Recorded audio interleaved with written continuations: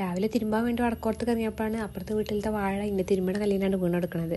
പിന്നെ അതിൻ്റെ ഇല തണ്ടൊന്നും മുറിച്ച് ഒഴിവാക്കാത്തത് തിരുമ്പാനും പറ്റില്ല. അപ്പോൾ അതിൻ്റെ തണ്ടൊക്കെ മുറിച്ച് ഒഴിവാക്കിയിട്ട് തിരുമ്പൽ കഴിഞ്ഞിട്ട് മോളിട്ട് സ്കൂളിൽ പോയി. വീടിൻ്റെ അടുത്തായതുകൊണ്ട് തന്നെ ഞാനാണ് ആളുകൾ കൊണ്ടായി കൊടുക്കാറുള്ളത്.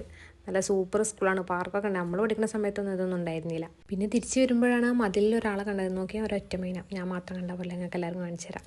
ലോകകപ്പ് ആവാനായതുകൊണ്ട് തന്നെ റോട്ടുമ്പിലും കണ്ടതിലൊക്കെ ഫ്ലക്സും കൂടിയാണ്. ഈ ചെടിയുണ്ട്, ഈ ചെടിക്കൊക്കെ നല്ല റേറ്റ് ഉണ്ട് എന്നിട്ട് ഒരു ചേച്ചിൻ്റെ വീട്ടിലേ കണ്ടിരുന്നിട്ട് അത് ഈ ചെടീനാണെന്നുള്ള അറിയില്ല.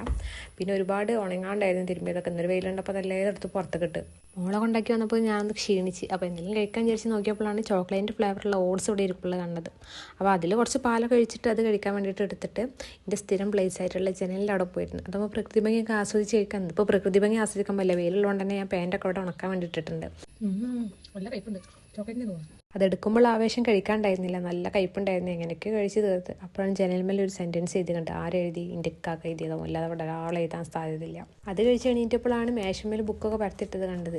ബുക്കിൻ്റെ എണ്ണം കണ്ടവർക്കും കുട്ടി വലിയ ക്ലാസ്സിലാണ് പഠിക്കണമെന്ന്. LKG ഇപ്പോൾ ചേർന്നിട്ടുള്ളൂ. പിന്നെ ബുക്ക് എടുത്തേക്കാൻ വേണ്ടി മേശ തുറന്നപ്പോൾ എന്താ അപ്പോൾ അവിടെ കഥ.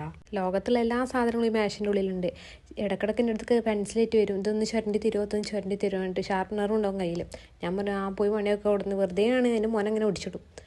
അപ്പോൾ ഇത് എവിടെ പോയിട്ടാണ് ചുരണ്ടോ മനസ്സിലായി. എവിടെ ഇതിൻ്റെ അവശിഷ്ടങ്ങളൊന്നും ഞാൻ കണ്ടിട്ടില്ല. 2-3 ദിവസമായിട്ടുള്ള സാധനം ഇതിനുള്ളിൽ തന്നെ ഉണ്ട്. പിന്നെ ഇതിൻ്റെ ഷോളിൻ്റെ ചെണ്ടിൻ്റെ നൂലൊക്കെ ഉണ്ട്, ഒക്കെ വേർതിരിച്ചെടുത്തേക്കുന്ന ആൾ. ഇപ്പോൾ അതൊക്കെ എടുക്കണം എന്നുണ്ടെങ്കിൽ ബ്രഷ് ഒന്നും ഉപയോഗിച്ചിട്ട് അതിനുള്ളിൽ ആ പൊട്ടും പൊടിന്ന് എടുക്കാൻ പറ്റില്ലല്ലോ. അപ്പോൾ പെയിൻ്റ് അടിക്കുന്ന ബ്രഷ് ഇവിടെ ഉണ്ടായിരുന്നു. അതിട്ട് എല്ലാം മുക്കും മൂലയും അടിച്ച് വൃത്തിയാക്കിയിട്ട് അതിൻ്റെ ഉള്ളിൽ നിന്ന് ഓരോന്നും എടുത്ത് ഞാൻ. അവളെല്ലാ അൽക്കുലത്തെ സാധനങ്ങളും ഉള്ളിൽ ഈ മേശൻ്റെ ഉള്ളിലാണ് ഉണ്ടാവുക. എന്ത് കാണാതായാലും ഇവിടെ വന്ന് നോക്കിയാൽ മതില്ല, അതിൽ നമുക്കെല്ലാം കിട്ടും. മുടിമ്പടണ ക്രാബ് കാണാനായിരുന്നില്ല. ഇപ്പോൾ ഇത് അടിച്ചു വരുമ്പോഴാണ് നോക്കിയപ്പോഴാണ് കിട്ടിയത്. ഇത് ആ ചെറിയ ഇറുക്കുണ്ടല്ലോ, അത് അതിൻ്റെ ഉള്ളിൽ കിടക്കണം. ഇതിപ്പോഴും ഞാൻ കണ്ടിട്ടുണ്ടായിരുന്നില്ല. ഞാൻ പിന്നെ ഒരു കോരാഞ്ഞിപ്പോൾ എന്തെങ്കിലും പാത്രമാണല്ലോ, കോരിപ്പോൾ ഇതിനുള്ളിൽ കൊള്ളില്ലല്ലോ. അപ്പോൾ വേറൊരു ചെറിയൊരു പാത്രം ഉണ്ടായിരുന്നു, അതെടുത്തിട്ട് കോരാൻ വേണ്ടി വന്നപ്പോഴാണ് ആ സാധനം കണ്ടത്. പിന്നെയും ബാക്കിയുള്ള പൊടി ഉണ്ടല്ലോ അതെങ്ങനെ കിട്ടും. അപ്പോഴാണ് ഒരു കാർബോണിൻ്റെ കഷ്ണം കിടക്കുന്നുണ്ട്. പിന്നെ അതിലേക്ക് ലാസ്റ്റ് കുറച്ച് പൊടി എല്ലാം കൂടെ എടുത്തിട്ട് ഞാൻ അതിലേക്ക് എടുത്ത് വാരി. അങ്ങനെ ഒരുവിധം അതിൻ്റെ ഉള്ളിലൊക്കെ അടിച്ച് പെറുക്കി വൃത്തിയാക്കി. ഇപ്പം നല്ല സെറ്റായിക്കണ് കാണാൻ. ഇനി വന്നാലും ഇതിനൊക്കെ അപ്പുറമാവും, അതൊന്നും നോക്കണ്ട. എന്നാലും നമ്മൾ വൃത്തിയാക്കി ഇടുതന്നെ. ഒരു സ്ലേറ്റ് ഉണ്ട്, അതിൽ എഴുത്തല്ലാത്ത വേറെ എല്ലാം നടക്കുന്നുണ്ട്. ക്ലേ ഒക്കെ ഇട്ട് പരത്തൽ അതിലിട്ടിട്ടാണ്.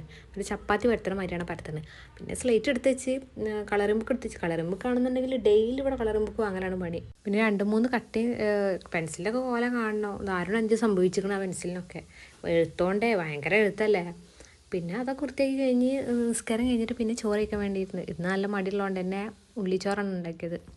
ഉള്ളിയും കുരുമുളകും മുട്ടൊക്കെ ചിക്കിട്ടിട്ട് ചോറും പിന്നെ ഈത്തപ്പഴത്തിന് നാരങ്ങൻ്റെ അച്ചാറും ആയി നല്ല ടേസ്റ്റ് ആയിരുന്നു. ഈ ചോറിന് പ്രത്യേകത എന്ന് വെച്ചാൽ ഈ ചോറുണ്ടാക്കി വേറെ കറിൻ്റെ ഒന്നും ആവശ്യമില്ല. നമുക്ക് ഉള്ളിൻ്റെയും കുരുമുളകിൻ്റെ നല്ലൊരു ഫ്ലേവർ കിട്ടുകയും ചെയ്യും. മുട്ട ചിക്കിട്ടുകൊണ്ട് നമുക്കൊരു മീൻ